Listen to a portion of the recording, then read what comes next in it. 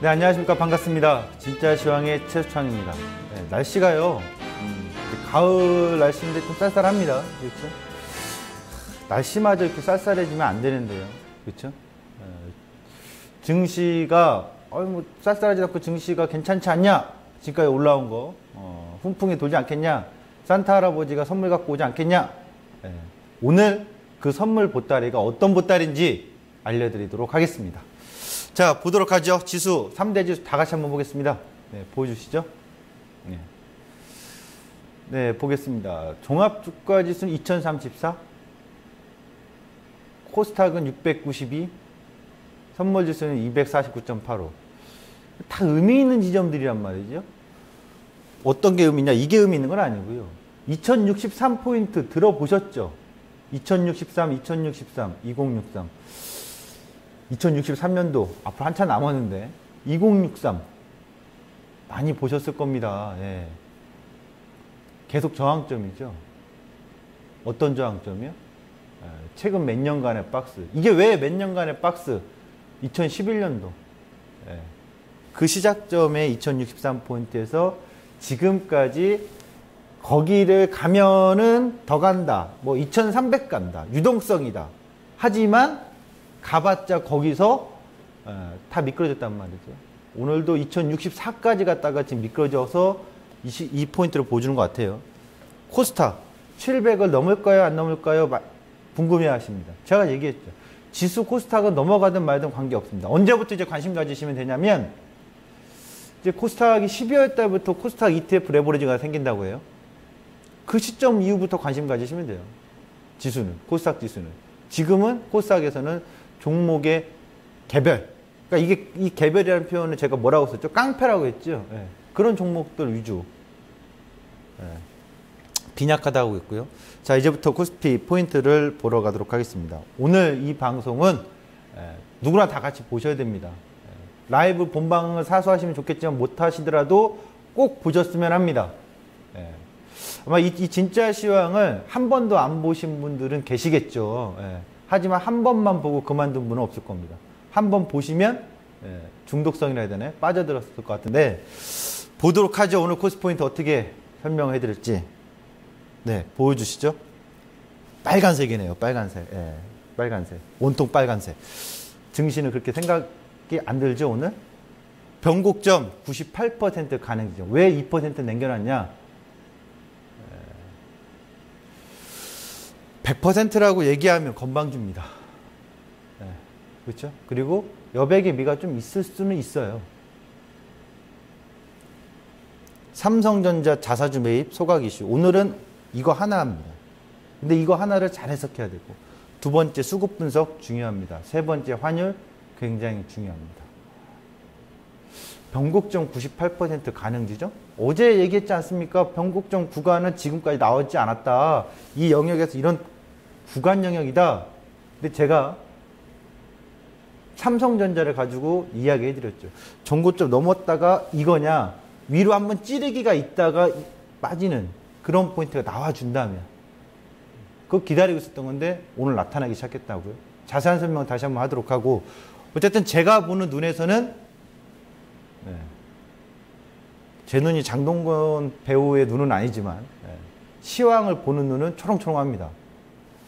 변곡점 98% 가능 지점이라는 걸 일단 왜 그런지 자세한 내용을 잠시 후에 듣도록 하고요. 하나씩 들어가 보도록 하겠습니다. 삼성전자 공시입니다.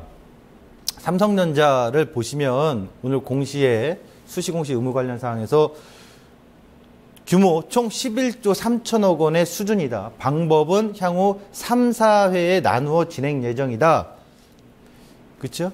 중장기 계획에서 15년, 16년, 17년까지 향후 3년간 주주 환원 정책을 이제 배당과 자기 주식 매입 방식으로 하겠다.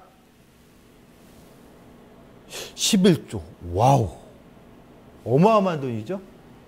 시가총액이 200조인데, 그쵸? 거의 뭐 5% 정도라고 봐야 되겠죠? 한 20조까지 했으면 거의 10% 정도 매입을 해준다는 얘기인데, 뭐 거의 5% 정도 매입이니까 절대적으로 작은 양이 아닙니다. 큰 규모입니다. 그럼 이게 좋은 건데요? 좋죠? 자사주 매입 한두 푼도 아니고요. 금액을 떠나서 일단 전체 지금 현재 시가총액 비중에서 5% 비중을 사가지고 소각을 해주겠다. 배당도 많이 주겠다. 큰 금액입니다. 근데 이게 또 향후 이제 3, 4에 걸쳐서지만 앞으로 3년간 계속해서 주주 정책을 하는 정책 펴겠다고 했으니까 긍정적인 건 많습니다. 예, 이거 가지고 나빠요. 이렇게 할 수는 없어요. 근데 제가 누누이 강조했던 것 중에 하나가 이건 긍정적인 소식인 건 맞는데 중요한 건 그래서 앞으로 3, 4년 동안 이런 정치에서 주주 정책은 좋은데 앞으로 3년 동안, 3, 4년 동안 삼성전자는 얼마나 더 많이 성장할 수 있을까? 가치와 성장의 싸움이 될 거라고요. 가치 쪽에 주목하신 분들은 이걸 매우 긍정적이고 매우 지속적인 긍정으로 볼 수 있겠죠. 성장으로 보시는 분들은 좋긴 하겠는데 그래서 얼마나 앞으로 사업부에서 수익성과 성장성은 비전은 물어보신다면 성장 속에 초점 맞추신 분들은 아직은 물음표일 거라고요. 이번에 실적 발표한 것들을 보면 또 그런 물음표가 붙을 수밖에 없단 말이죠. 스마트폰 사업 모바일 쪽에서는 이익이 둔화되고 있고 반도체 부분은 앞으로 좋다고 합니다만 그 부분도 이제 어떻게 해요? 메모리보단 비메모리 쪽에서의 성장성이 얼마나 나와주냐 이런 것들을 고민해야 되니까 이 공시 자체는 일단 오늘 아주 임팩트 있게 시장에서의 반짝 할 수 있는 그런 힘을 보여줬죠. 두 번째 또 내용 가보겠습니다. 공시 두 번째 내용 보니까 이거 좀 더 디테일하게 보니까 자기주식 취득 결정에 이제 10월 30일부터 내년 1월 29일까지 이 기간 안에 취득 예상 기간입니다. 그러니까 저 기간 안에 삼성전자 관련된 매입이 우선주와 관련돼서 나오죠. 한 4천억 원 정도? 4천억이 아니라 4조 정도죠. 예. 매입해주겠다. 위탁 중개업자는요. 삼성증권, 한국투자증권, 교보증권, 미래에셋증권, 하나대투증권. 이제 앞으로 거래창구 들어오면 이제 자사주 매입 이쪽 거래창구에서의 포인트를 보시면 되겠죠. 그럼 계속 사주면 좋은데. 그렇죠? 사주니까 좋은 거 아니에요. 매수자가. 그러면 이제 이렇게 생각할 수 있어요. 생각을 한번 해보자고요. 야, 삼성전자 자사주 저렇게 사주면 나 주식 안 팔아야 되겠다. 네? 어쨌든 내가 안 팔고 있으면 계속 사줄 때 올라오면 내가 그때 팔아야지. 이렇게 생각할 수 있죠. 단순하게. 또 한편으로는 물량이 아주 많은 물량이라는 그 기회는 이때다. 사준다는데 물량 확 던져버리자. 뭐 예를 들어서 10주, 100주 이런 거는 큰 물량이 아니지만 정말 큰 물량이라고 하는 물량들은 소위 말하면 기관 물량이 됐든 외국인 물량이 됐든 던져놓기 좋잖아요. 왜요? 받아줄 곳이 있으니까. 물량 받아줄 돈이 앞으로 딱 11조가 대기하고 있어요. 아니 3개월 동안 4조가 대기하고 있어요. 4조? 받아주겠구만. 던져버릴 수 있는 거죠. 과연 매수의 힘이 더 셀지 던져주는 힘이 셀지. 공교롭게도 시황에서 아주 중요한 시기에 이 공시가 나왔단 말이에요. 올 11, 12, 내년 1, 2, 3 5개월 사이에 어마어마한 중대 기로에서의 시장의 움직임이 있을 거라고요. 근데 하필이면 또 이게 나와서 이거를 물량을 받아주는 물량이 있으니까 던지는 세력들이 던지기 편하게 생각할지 아니면 사주니까 우리 계속 붙잡고 있자 팔지 말고 이런 세력의 우위가 더 나올지 큰 싸움이거든요. 자, 삼성전자 공시가 이제 이게 겹쳤나요? 예. 보도록 하죠. 한 넘겨주시죠. 예, 이거 똑같은 건데요. 예. 겹쳤네요. 수급 분석으로 가겠습니다. 수급 분석을 하시면 9월 11일 날 제가 얘기를 좀 할게요. 혹자들은 만기날 옵션 만기, 트리플 만기날 그 시점부터 선물의 현재 시점에 외국인 누적 수급을 보더라고요. 잘못된 거예요. 아셨죠? 기준점은 만기 다음 날부터 보셔야 됩니다. 그럼 만기 다음 날 9월 11일 날부터 누적을 보니까요. 수량으로 43,589개가 외국인이 매수되어 있어요. 와우!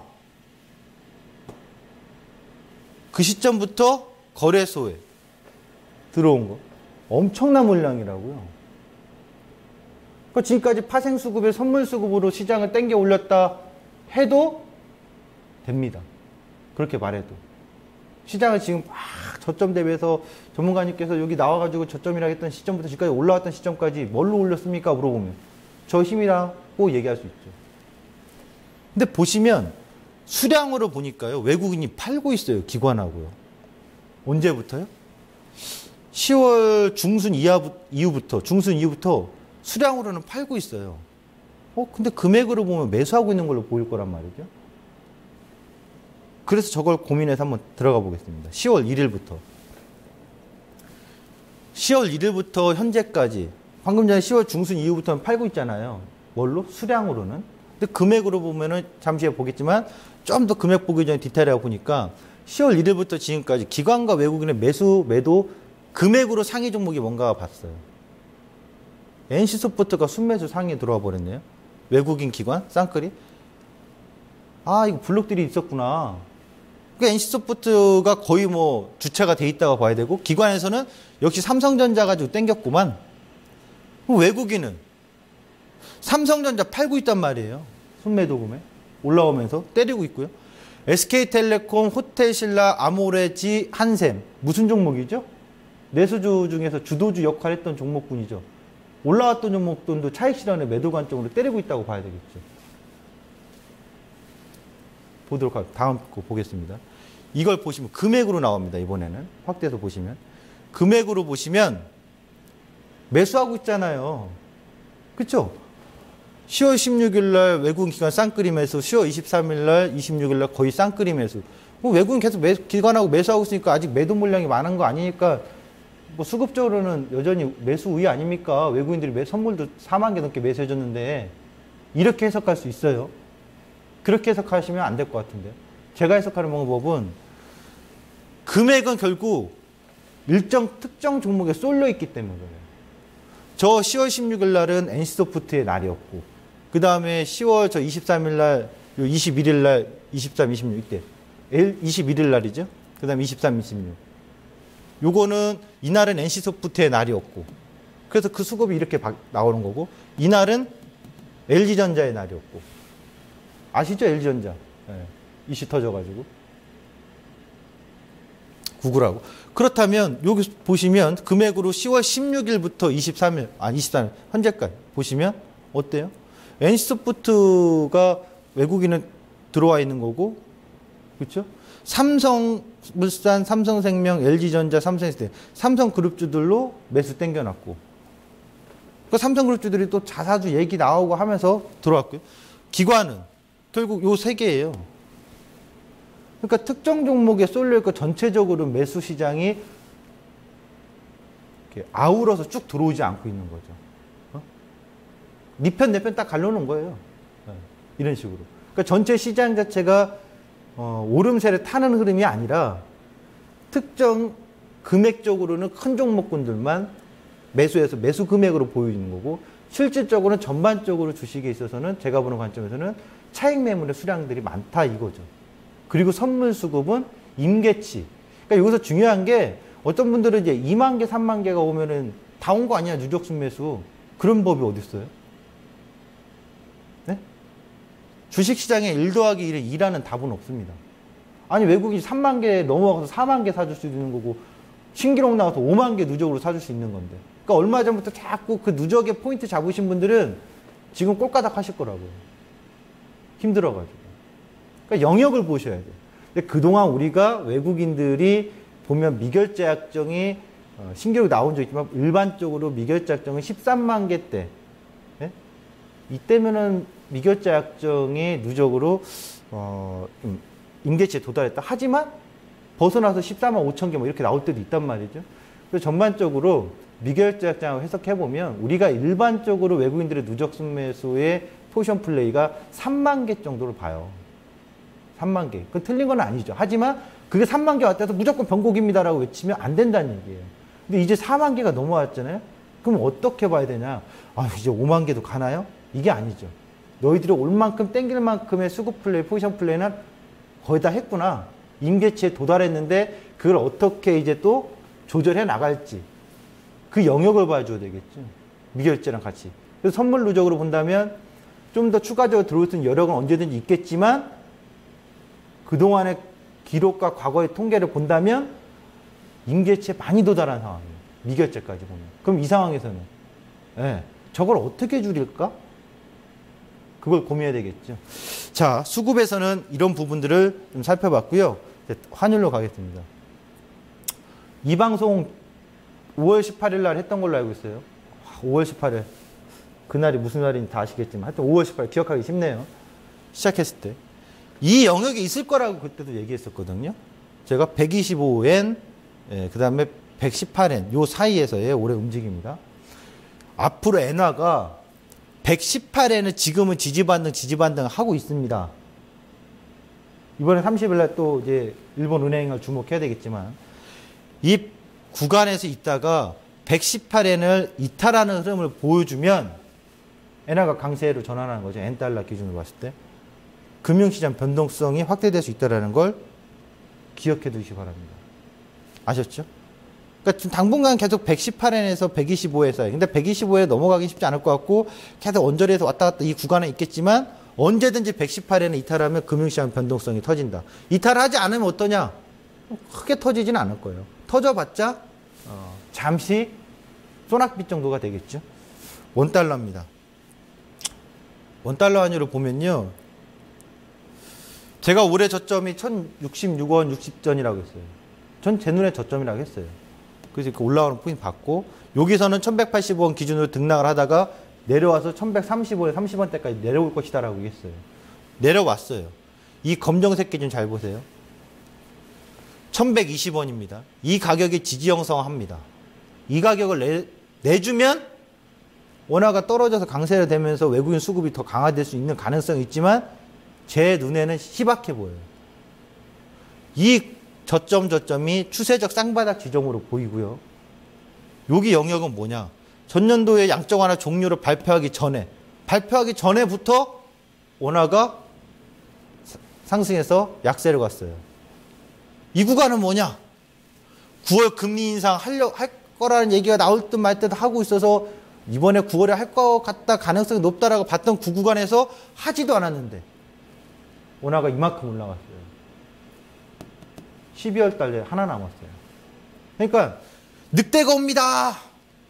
발표했어요. 양적 완화 종료. 그랬더니 또 빠져요. 늑대가 옵니다. 안 왔는데요. 또 빠져요. 이번에 늑대는 진짜 나타날까요? 그걸 초점을 맞춰야 되겠죠. 시장 이슈입니다. 시장 이슈에서요. 미국 금리 인상 초읽기입니다. 어제 안 했는데 뭐가 초읽기냐. 이제 한 번 남았습니다. 할지 안 할지 당신이 어떻게 하쇼? 물어보면 저도 정확히 모르죠. 그런데 우리가 방금 전에 환율의 추론을 보면 첫 번째 양적 완화 종료 발표가 작년도에 했는데 그동안 해왔잖아요. 네. 그러다가 이제 종료 딱 했잖아요. 연말에. 그 발표하기 직전에 환율은 올라갔어요. 9월 달은 왜 올라갔어요? 7, 8, 9월 달에 막. 9월 달에 할 거라는 가능성이 있어서 올랐어요. 그러니까 방금 전에 표현했듯이 늑대가 나타날 겁니다. 막 사람들이 몰렸어요. 안 나타났잖아. 빠졌어요. 다시 내려갔어요. 두 번째 마찬가지. 세 번째. 이제 12월 15, 16인가요? 16, 17인가요? 15, 16을 알고 있는데 그 시점에서 초점 맞출 거라고요. 그리고 FOMC는 기조를 바꾼 건 아닌 것 같다 이거죠. 11월 18일 날 중요합니다. 11월 18일 날 의사록을 공개하기 때문에 그 의사록이 또 중요한 하나의 또 분수령이 될 거예요. 사전에. 그러면 12월 달에 미국 금리 인상을 하면 불확실성 제거로 좋게 바라볼 건지 아니면 이거 지금까지 걸어오지 못했던 길인데 불안해서 큰 불안함으로 받아들일 건지. 그리고 제가 봤을 때는 금리 인상을 첫 시점을 하면 첫 번째. 지금까지 미국의 그동안의 금리 인상 80년대부터 지금까지 보면 첫 금리 인상 시점은 어쨌든 저쨌든 묻지도 말고 따지도 말고 하락마디가 그 달에는 나왔어요. 하락했다가 다시 올라가 추세 상승 갈지언정. 첫 시점은 항상 나왔어요. 그리고 미국에서 금리 인상을 하고 나면 미국은 꾸역꾸역 좋아 우리 경제 자신감이 있어 해서 갈지언정 전 세계 각국은 다 다를 거라고 봐요. 양적 완화 동시에 풀어가지고 전체 다 상승했던 그런 장하고 달라질 거란 말입니다. 어떤 국가는 휘청휘청 할 거고, 어떤 국가는 그래 우리 미국이 그렇게 좋으니까 우리도 좋아하면서 따라갈 수도 있는 거고. 근데 달라질 거라고 봐요. 제가 예상하는 거예요. 중국 경기 둔화에 대한 시각 우리가 어떻게 봐야 되냐? 연착륙 할 거다 뭐 이렇게 얘기하든 말든 이제는 중국이 우리하고의 또 다른 경쟁이라고. 우리하고 수출 산업 경쟁하는 경합도들이 워낙 높아져서 중국의 위안화 약세가 계속 지속되거나 중국에서 계속 부양책이 나온다면 우리한테 무조건 좋은 게 아니라 한편으로는 우리가 또 다른 뺨을 맞는다고. 그동안에 일본의 아베노믹스 엔화 때문에 오른쪽 뺨 맞았다면 차트하면 또 왼뺨 맞을 수 있어요. 그래서 중국의 경기 둔화에서 계속 부양책 내놓는 것이 좋다라고만 당장 해석할 수도 없고 이런 양면성을 제가 얘기해 드렸잖아요. 그런 부분 다시 한번 생각해 보자. 그리고 내년은 정치 불완전한 해입니다. 우리나라에 총선이 있고 미국에는 대선이 있습니다. 겹치는 해가 있었습니다. 다음에 한번 자료 보일 텐데 그 겹치는 해에는 어떤 일이 있었습니다. 그리고 내년에 일본에서는 참의원 선거까지 있습니다. 내년 1월 달에 대만 선거도 있습니다. 칼잡이가 칼을 어디를 휘두를지 그 칼잡이가 그대로 있으면 그 칼잡이의 성향을 파악하면 알잖아요. 상대를. 근데 칼잡이가 바뀔 수도 있는 거예요. 그럼 어떻게 하겠습니까? 혼란이 오겠죠. 내가 상대할 적이 오른손잡이 칼잡이였는데 내년에는 왼손잡이로 바뀌나? 갈팡질팡 할 거라고. 왜냐하면 상대의 적이 바뀔 수도 있는. 그래서 정치적 불안전한 해가 될 가능성이 있는 게 그런 해이기 때문에 그런 부분에서 또 다른 변수들을 체크로 하셔야 됩니다. 이 체크 포인트는 조만간 보여드리겠습니다. 코스피 200 지수 분석합니다. 이거는 다 아시죠? 저항점이고 매수 적극적으로 하겠나요? 매수 적극적 대응 유의할 시점입니다. 라고 했습니다. 다음 자료 갑니다. 이걸 확대해서 보여주세요. 잘 보세요. 삼성전자는 60, 120평 먼저 데드크로스에서 저항점 역할을 받습니다. 오늘 뭐 거기를 어떻게 만났네요. 근데 삼성전자는 1차 상승, 저점 824부터 여기까지 상승했죠? 이 상승 마디값을 우리가 A라고 합시다. 네, 수학 시간 같네요. 상승 마디값 A고요. 빠졌어요. 빠져서 눌렀는데 이 10월달 저점에서 9월 30일인가요? 이때 저점부터 올라간 마디는 어디까지 갈 거냐? 예측해드린 대로 역시 120만 원대를 만났어요. 와야 된다고 했던 자리까지. 그렇죠? 또 어디까지 갔습니까? 이 A 상승값만큼 정확히 간 겁니다. 마디 상승값 계산. 그러면 이 마디 상승값 계산 여기서 머물러서 왔다 갔다 했는데 왜 삼성전자를 어제 그저께부터 보여줬냐? 이게 변곡 지점일 가능성이 아니기 때문에 그래요. 왜요? 마디값에서 연장파동이 나온 거죠. 이 상승값의 61.8을 더 연장한 1.618배. 그러니까 요 상승값만큼의 마디값이 간 건 맞는데 연장이 됐다고요. 얼마큼? 1.618배만큼. 이만큼. 그 61.8배가 정확히 오늘 딱 맞았어요. 137만 원. 그럼 그 자리 매수예요? 매도 자리죠. 오늘 같은 날은 삼성전자 주식 선물을 하신 분이 있다면 당근 매도죠. 왜? 권리자리고 저항점이고 오늘 상승갭 필갭이고 여기 첫 번째 또 상승갭 있죠? 거래량 터진 지점. 두 번째도 필갭이니까. 이 첫 번째 건 빨리 올 거고 두 번째 건 좀 시간이 걸리겠죠. 추세를 꺾으려면 이 저점 추세를 이렇게 해서 꺾일 때까지 기다려야 되니까. 하지만 첫 번째 오늘 갭은 빨리 오는 거죠. 삼성전자 저항점 보시면 됩니다. 자, 그 다음에 코스피 200입니다. 그림을 그려드리면요. 98%는 이렇게 이제 계속 박스 치다가 빠져줄래? 바로 빠져서 이렇게 할래? 아니면 빠졌다 올렸다 빠졌다 올렸다. 어쨌든 올렸다 다시 박스 치면서 빠질래? 박스 치면서 빠질래? 핑 뺐다 단계적으로 빠질래? 방향은 내림이에요. 오늘 고점이 남은 12월 연말까지 최고점이 될 가능성 98% 봅니다. 지난번에 저 최저점은 하반기 최저점이라고 했었죠. 이때 최저점이 8월 24일. 오늘 고점은 저는 12월 말일 날까지 최고점이 될 가능성이 98%? 안 되면 어쩝니까? 안 돼도 영역 자체는 위로 슈팅 나올 영역이 아니에요. 계속 머무르거나 내렸다 올렸다. 그럼 지금부터 이 차트 잠깐 보여주시죠. 차트 마지막 하나 보겠습니다. 보여주시죠. 이 차트입니다. 보시겠습니까? 차트를 보겠습니다. 네. 이제 차트 보여주는데요. 자, 동그라미 칩니다. 하나, 둘,